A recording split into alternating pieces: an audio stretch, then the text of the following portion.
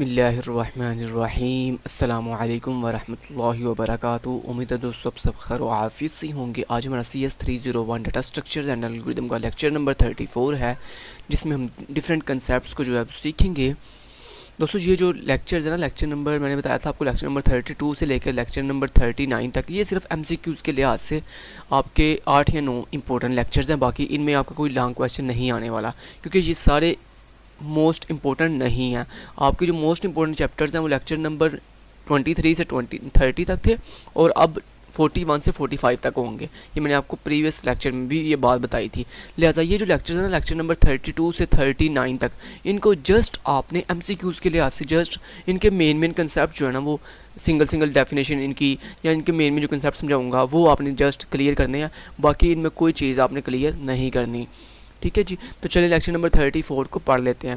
इसमें क्या जी, पहली चीज़ है इक्विवेलेंस रिलेशन। अब इक्विवेलेंस रिलेशन क्या चीज़ होती है दोस्तों? इक्विवेलेंस रिलेशन ये होता है कि जिसमें आपके पास एक सेट अगर गिवन है तो उस सेट के अंदर बाइनरी रिलेशन एग्जिस्ट करता हो, तो ऐसे सेट को हम इक्विवेलेंस रिलेशन कहते हैं, ठीक है जी। अब यहाँ पे इक्विवेलेंस रिलेशन के कुछ कहता है प्रॉपर्टीज़ भी होती हैं। उन प्रॉपर्टीज़ का एग्जिस्ट करना सेट के अंदर लाजमी है। उसमें कौन कौन सी प्रॉपर्टी हैं जी?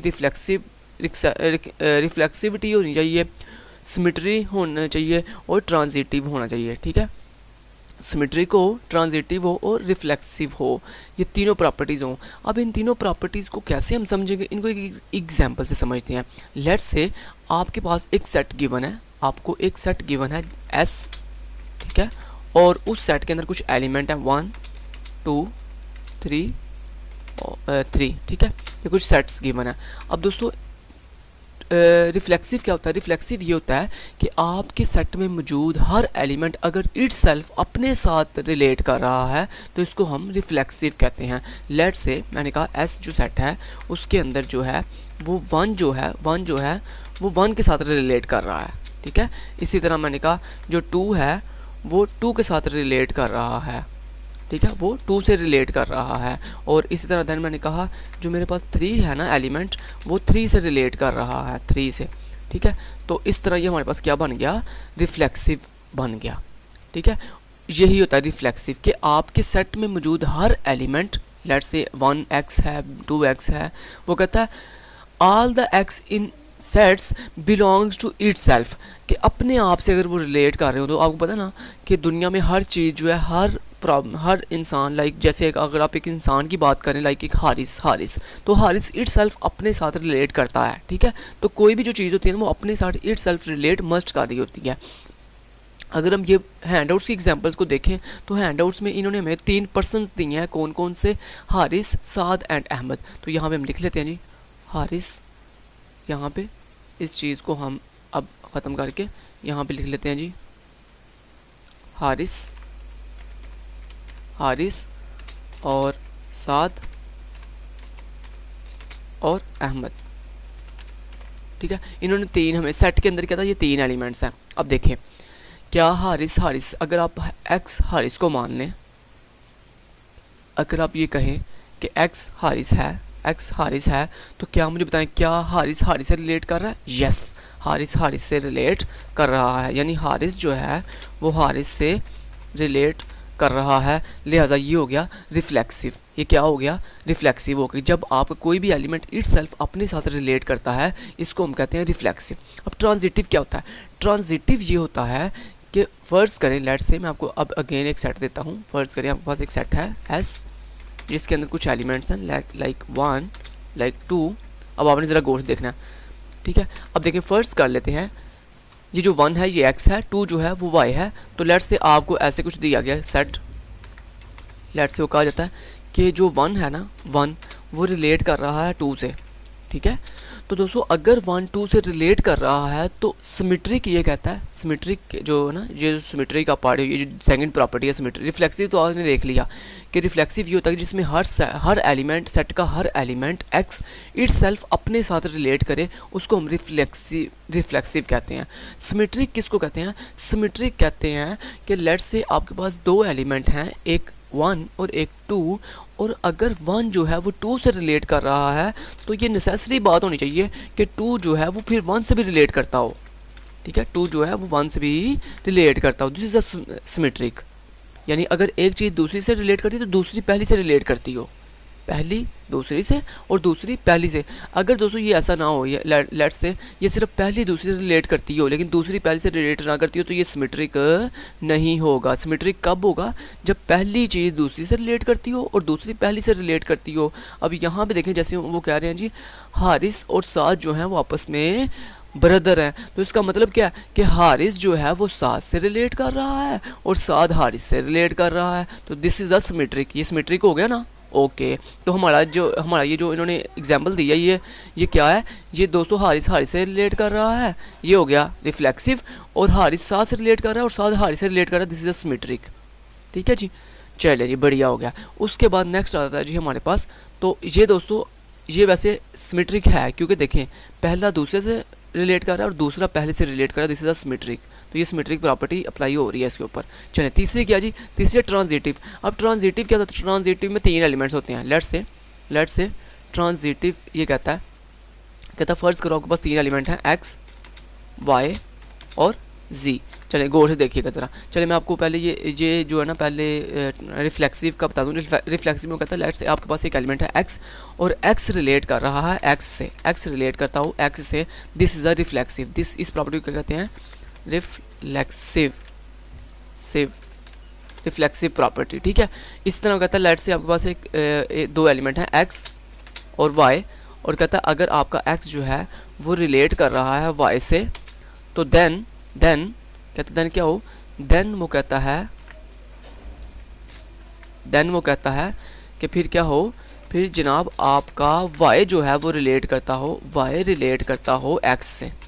ठीक है, तो ये है आपकी कौन सी प्रॉपर्टी? ये है आपकी प्रॉपर्टी नंबर सिमेट्रिक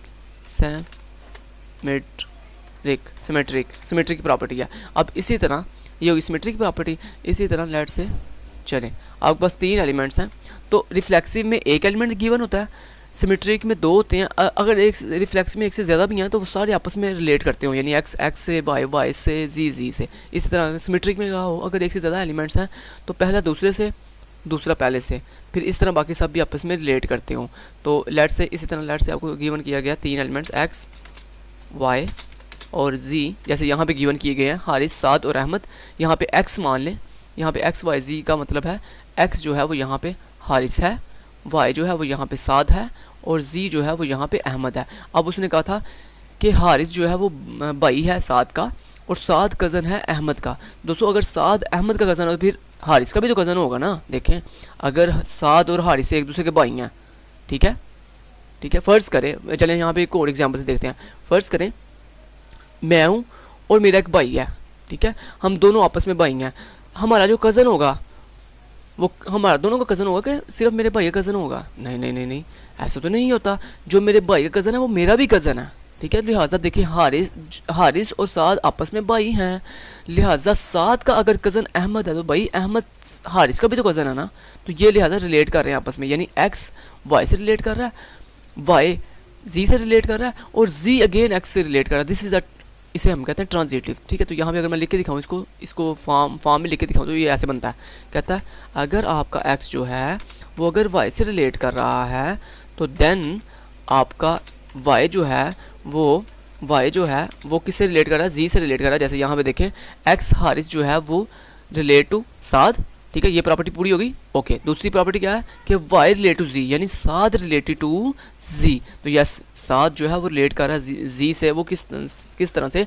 अहमद जो है वो साद का कज़न है, लिहाजा ये एक दूसरे से रिलेट करें। यस, उसके बाद कहता है तीसरी चीज़ ये होती है कि अगर ये चीज़ पाई जा रही है, यानी एक्स रिलेट कर रहा है वाई से और वाई रिलेट कर रहा है जी से, तो फिर कहता है ये भी होना चाहिए कि एक्स रिलेट करता हो जी से। एक्स किससे रिलेट करता हो? जी से। ये भी प्रॉपर्टी हो। तो एक्स जी से यहाँ पे देखते हैं क्या एक्स जी से रिलेट कर रहा है। यस, वो कैसे बोला? अगर साद अहमद का कज़न है तो फिर भाई हारिस भी अहमद का कज़न है, लिहाजा ये तीनों आपस में रिलेट कर रहे हैं। तो ये हमारी प्रॉपर्टी फुलफिल हो रही है कि एक्स वाई से रिलेट कर रहा है, वाई जी से रिलेट कर रहा है और एक्स जी से रिलेट कर रहा है। अगर आप इनको नाम के लिहाज से देखें तो एक्स यहाँ पे क्या है? एक्स है आपका हारिस, तो हारिस रिलेट कर रहा है किससे? हारिस रिलेट कर रहा है आपके वाई यानी सात से। ठीक है, और इसी तरह दूसरा अगर हम चलें दूसरे में, तो यहाँ पे देखें दूसरा क्या है जी, फिर इसी तरह कहता है वाई रिलेट कर रहा है जी से, यानी साद रिलेट कर रहा है अहमद से। तो साद रिलेट कर रहा है अहमद से। इसी तरह अगर साद अहमद से रिलेट कर रहा है तो फिर भाईजान ये कंफर्म बात है कि हमारा फिर जो है वो एक्स जी से, यानी हारिस भी अहमद से रिलेट करता होगा। तो ये देखें हारिस भी रिलेट करता है अहमद से। तो ये प्रॉपर्टी अगर पाई जा रही है तो कहता है इसको हम कहते हैं ट्रांजिटिव। तो लिहाजा इस एग्जांपल के अंदर ये रिफ्लेक्सिव भी है, सिमेट्रिक भी है और ट्रांजिटिव भी है। क्या है? ट्रांजिटिव भी है। लिहाजा दोस्तों ये हमारा जो इन्होंने एग्जांपल दी हुई है ना, हारिस साद का भाई और साद अहमद का कज़न है, तो this is a equivalence relation. इसको क्या कहेंगे हम? इक्विवेलेंस रिलेशन कहेंगे, क्योंकि आपकी तीनों प्रॉपर्टीज़ जो है वो फुलफिल हो रही हैं और मैंने आपको तीनों प्रॉपर्टी बहुत अच्छे तरीके से समझा दी है। बस इसका यही मतलब था। और आपको ये MCQ के लिए आ सकता है कि बताओ रिफ्लेक्सिव क्या होता है, तो आपने कहना रिफ्लेक्सिव ये होता है कि जिसमें एक एलिमेंट इटसेल्फ अपने साथ रिलेट करता हो, यानी एक्स से रिलेट करता हो। इस तरह सिमेट्रिक क्या होता है, आपने बताना है कि जिसमें लेट से दो एलिमेंट हैं, एक एक्स और एक वाई, और अगर एक्स वाई से रिलेट कर रहा है तो फिर वाई भी एक्स से रिलेट करता हो, दिस इज सिमेट्रिक। ठीक है जी। इसके बाद ट्रांजिटिव क्या होता है कि अगर आपके पास तीन एलिमेंट हैं एक्स वाई जी, तो अगर एक्स वाई से रिलेट कर रहा है और वाई जी से रिलेट कर रहा है तो कन्फर्मली एक्स भी जी से रिलेट करता हो, तो this is a transitive property. बस ये हो गई आपकी ट्रांजिटिव प्रॉपर्टी। नेक्स्ट आ जाते हैं जी। नेक्स्ट आ गया जी हमारे पास डिसजॉइंट सेट्स। अब डिसजॉइंट सेट्स क्या होती हैं, ये कल भी मैंने आपको बहुत डिटेल से बताए थे।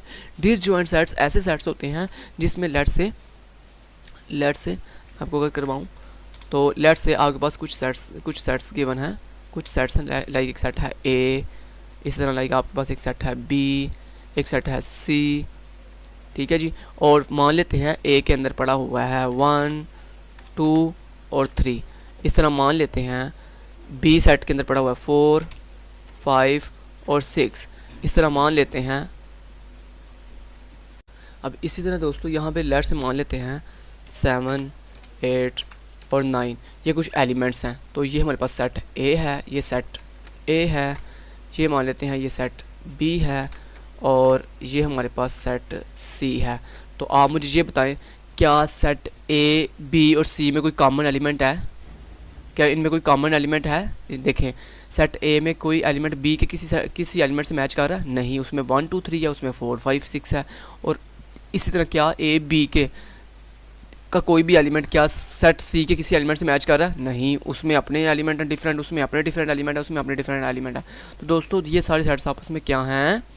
ये सारे सेट्स आपस में क्या है? डिसजॉइंट है। डिसजॉइंट का मतलब ये होता है कि ऐसे सेट्स जिनका कोई भी एलिमेंट किसी दूसरे सेट से मैच ना करता हो, कॉमन ना हो, ऐसे सेट्स को हम डिसजॉइंट सेट्स कहते हैं। लिहाजा ये तीनों आपस में डिसजॉइंट सेट्स हैं, क्योंकि देखें ए बी और सी का कोई भी एलिमेंट आपस में कॉमन नहीं है, आपस में मैच नहीं कर रहा। This is the disjoint sets. लिहाजा ये मेरे ए बी सी आपस में क्या हैं? डिसजॉइंट सेट्स हैं। तो यही यहाँ पे एग्जांपल देकर समझा रहा है। देखें कहता है लेट से आपके पास एक बड़ा सेट है, उसमें देखें छोटे छोटे सेट्स हैं जो कि आपस में डिसजॉइंट हैं, यानी कोई भी किसी से देखें रिलेट नहीं कर रहा।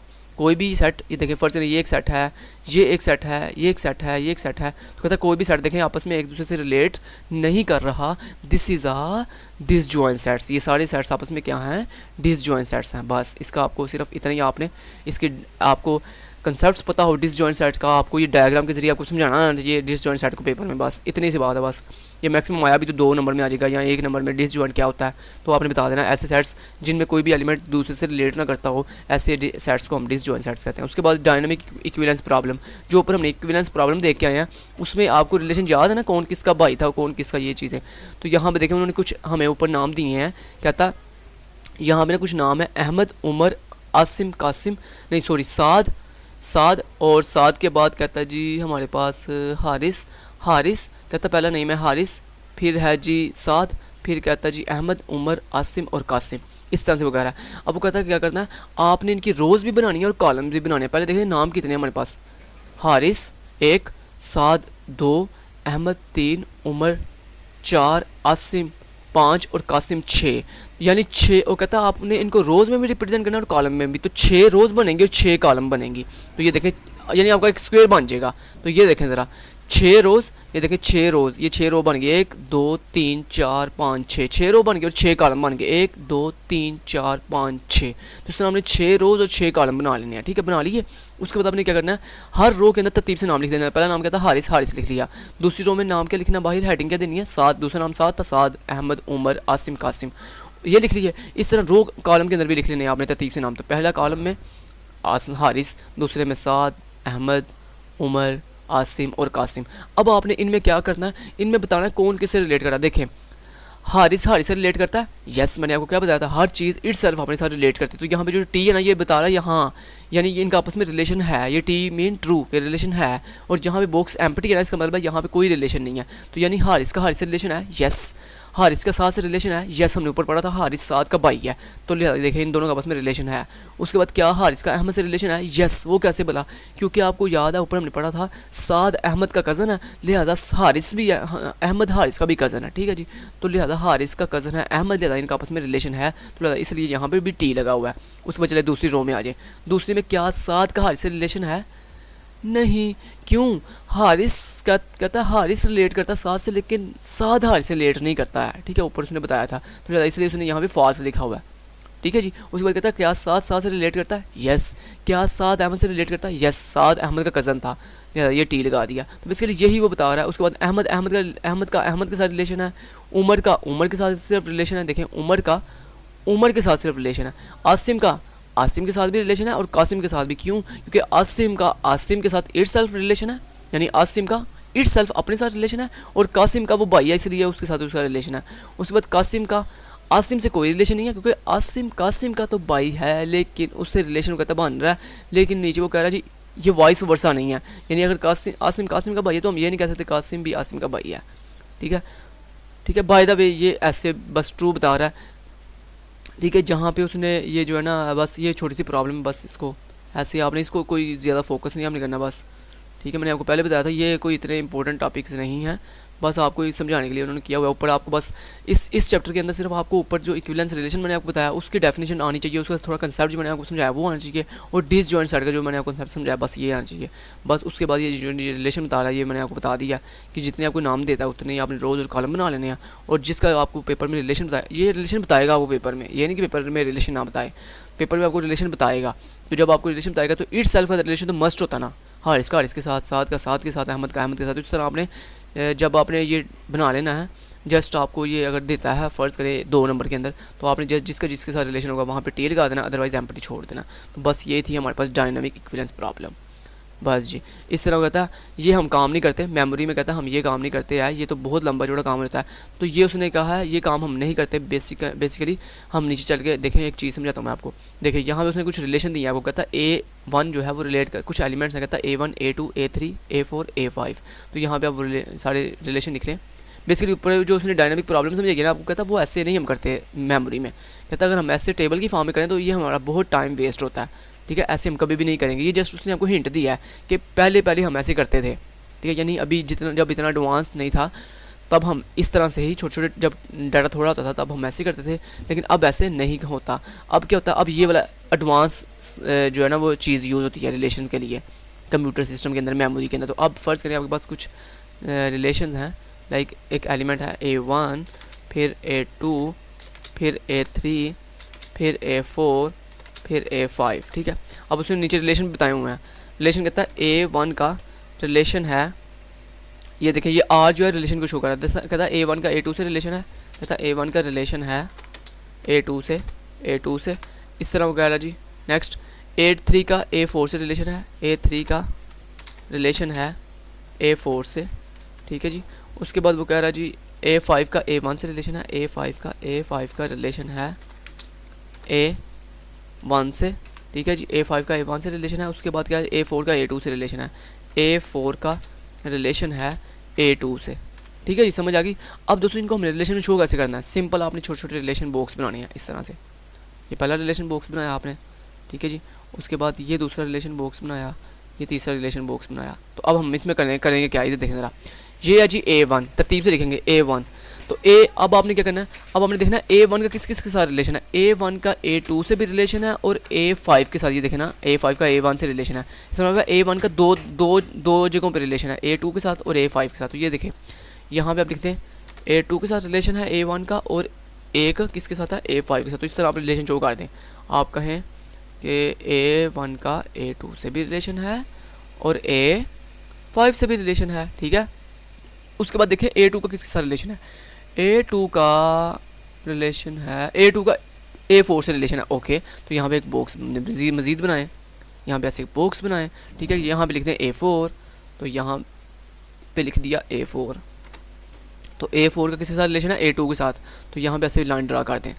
ऐसे हम रिलेशन बनाते हैं, यानी शॉर्टकट फॉर्म में। ये जैसे ऊपर टेबल बनाया था ना मैट्रिक्स की फॉर्म में, वो नहीं अब हम बनाते। इसलिए तो मैंने आपको कहा था वो इंपॉर्टेंट नहीं है, वो हमें जस्ट हिंट दे रहा है कि इस तरह से अगर रिलेशन हो तो टी लगा देते हैं, अगर रिलेशन ना हो तो एम्प्टी छोड़ देते हैं। असल इस तरह अब मेमोरी में रिलेशन शो होते हैं, ठीक है। जैसे मैं बना के दिखा रहा हूँ आपको कि A1 का A2 से भी रिलेशन था, यानी ये वाली लाइन में देखें A1 का A2 से भी रिलेशन है और A1 का A5 से भी रिलेशन है। ये दो लाइन हमने फिल कर ली, हमने A1 का रिलेशन शो कर दिया A2 से और A5 से। उसके बाद देखें A2 का A4 से रिलेशन है, तो ये वाली लाइन मैंने अभी ये देखें बना के दिखाई है आपको कि A2 का A4 से रिलेशन है इस लाइन के अंदर। तो ये देखें A2 का A4 से रिलेशन। उसके बाद ये लाइन बच गई, इसमें क्या कह रहा है, कहते जी A3 के साथ A4 का रिलेशन है। अब आप यहाँ पे एक नया बॉक्स बनाए जिसमें A3 बनाएं, तो यानी आप ऐसे लिखें और आप ये कह दें, यहाँ पे लिख सकते हैं इस तरह से कि A3 है उसका रिलेशन किसके साथ है, उसका रिलेशन है A4 के साथ। तो इस तरह से आप बना सकते हैं, तो आप ऐसे रिलेशन शो कर दें। चलिए जी, ये बढ़िया हो गया। ये ले जी, ये आपकी ये रिलेशन डायग्राम बन गई। तो ये आपको रिलेशन डायग्राम बनानी आनी चाहिए जो अब यूज़ होती है मेमोरी के अंदर, ठीक है। तो इन्होंने नीचे डायग्राम बनाई भी होगी, तो ये देखें इन्होंने डायग्राम बना के दिखाई है जैसे मैंने आपको बना के दिखाई है। देखें A1 का A5 और A2 से रिलेशन है, A2 का A4 से, ठीक है, और A4 का A3 से, ठीक है जी, समझ आ गई। तो ये थी रिलेशन डायग्राम। बस हमारा यहाँ तक काम होता है कंप्लीट, फिनिश। नेक्स्ट मिलते हैं लेक्चर नंबर 35 में। Thank you so much, till then guys, take care, अल्लाह हाफिज़।